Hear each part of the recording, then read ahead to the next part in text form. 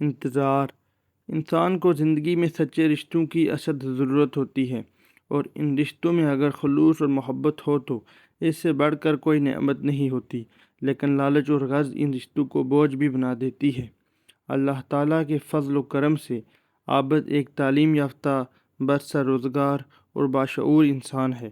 اس کے والدین فوت ہو چکے تھے اور وہ اپنے بڑے بہن بھائیوں کے ساتھ مقیم تھا، لیکن وہ ان پر بوجھ ہرگز نہ تھا، کیونکہ اس کا اپنا کاروبار بڑے اچھے انداز میں چل رہا تھا، بلکہ اس سے اس کے بھابھی اور بھائی کو بڑا فائدہ حاصل تھا۔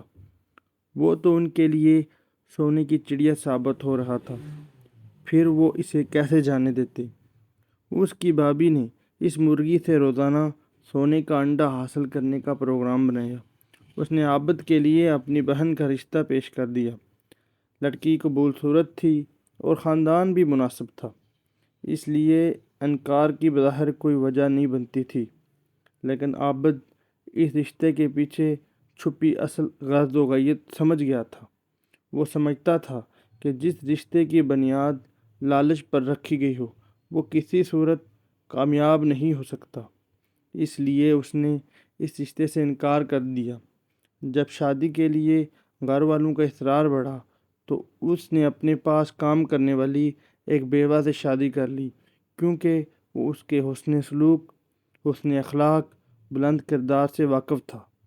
وہ جانتا تھا کہ اس محنت کش خاتون کو اس کی دولت یا جائیداد میں قطعی کوئی دلچسپی نہیں، بلکہ وہ تو محنت مزدوری کر کے اپنا اور اپنے بچوں کا پیٹ پالنا اور تن ڈھانپنا چاہتی ہے۔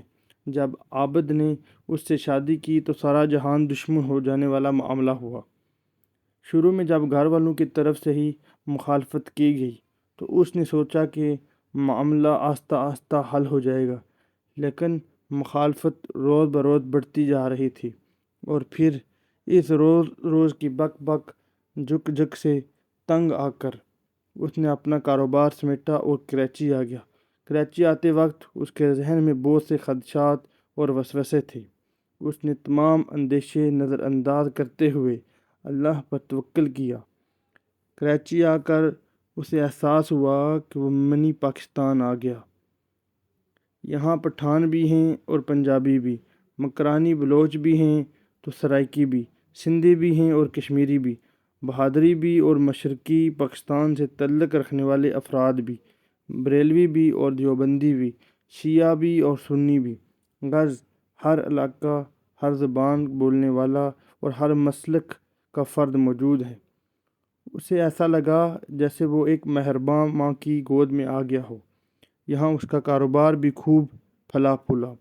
اسے تو ایسے لگا کہ کراچی وہ مہربان اور شفیق شہر ہے کہ اگر یہاں کوئی مٹی لے کر بھی بیٹھے تو شام سے پہلے اسے بیچ کر اٹھے۔ اس غریب پرور اور فراخ دل شہر نے، اللہ ہی بہتر جانتا ہے کہ کتنوں کے لیے اپنے بازو کٹوائے ہوئے تھے۔ مزار قائد سے مزار عبداللہ شاہ غازی تک اس کے دن بھر میں کئی چکر لگتے۔ وہ یہ دیکھ کر خوش ہوتا کہ یہاں کوئی کسی کی زندگی میں بلا وجہ مداخلت نہیں کرتا، ہر ایک خندہ پیشانی سے پیش آتا ہے۔ مسائل بھی ہیں اور بہت ہیں، وسائل کی بھی شدید قلت ہے، لیکن ہے جذبہ، جنون تو ہمت، نہ ہار کا سبق انسان یاد رکھے تو اسے منزل بھی مل جاتی ہے اور وہ کامیابی کی سیڑھیاں بھی طے کر لیتا ہے۔ کچھ عرصہ عابد کے لیے حالات بڑے سازگار رہے اور وہ خوش اور مطمئن زندگی گزارتا رہا۔ پھر حالات نے پلٹا کھانا شروع کیا۔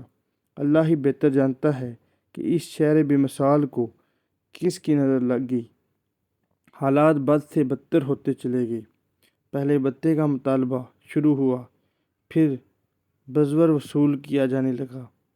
یا الہی، یہ بم دھماکے، ٹارگٹ کلنگ، اغوائے برائے تاوان، اندھا دھند فائرنگ، یہ سب کیا ہے؟ یا رب رحم فرما۔ ہر دم یہی دعا اس کے لبوں پر ہوتی۔ گھر سے نکلتے ہوئے اسے ڈر لگنے لگا۔